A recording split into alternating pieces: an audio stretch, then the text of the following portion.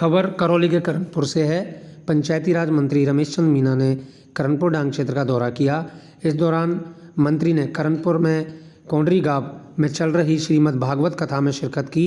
भागवताचार्य कृष्णानंद शास्त्री व कथा आयोजन कर्ता रामस्वरूप माली व पंच पटेलों ने मंत्री का माला व साफा पहनाकर किया स्वागत।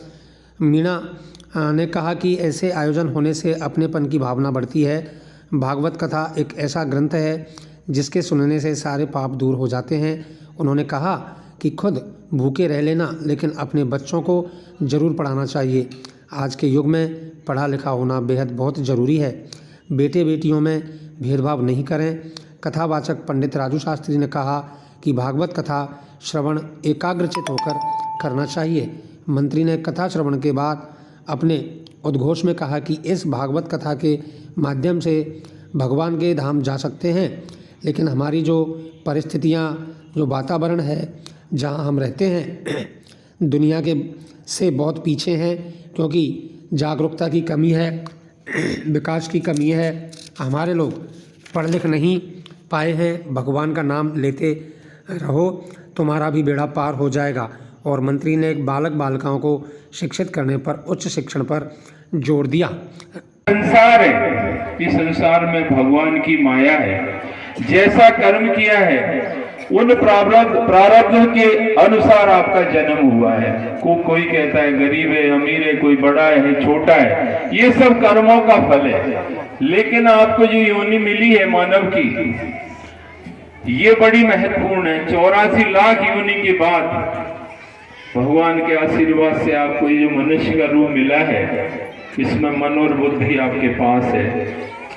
अन्य जंतुओं के पास ये ताकत नहीं है, सोचने समझने की क्षमता नहीं है।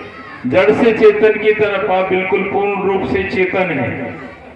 तो आपका एक ही काम होना चाहिए कि जब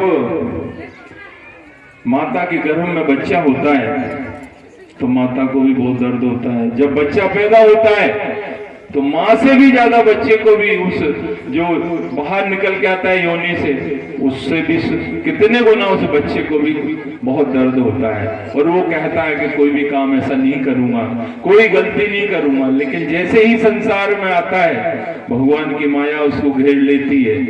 वो अपने स्वार्थ सिद्धि में लग जाता है, नफा नुकसान में लग जाता है, माया के चक्कर में फंस जाता है और भगवान को भूल जाता है। तरह मीठा है, आम की तरह बड़ा स्वादिष्ट है।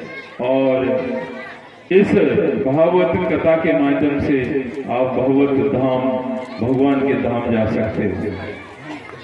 लेकिन जो हमारी परिस्थितियां, हमारा जो वातावरण है और हम जहाँ विराज रहे हैं, जहाँ रहते हैं, हम बहुत पीछे हैं अभी दुनिया से।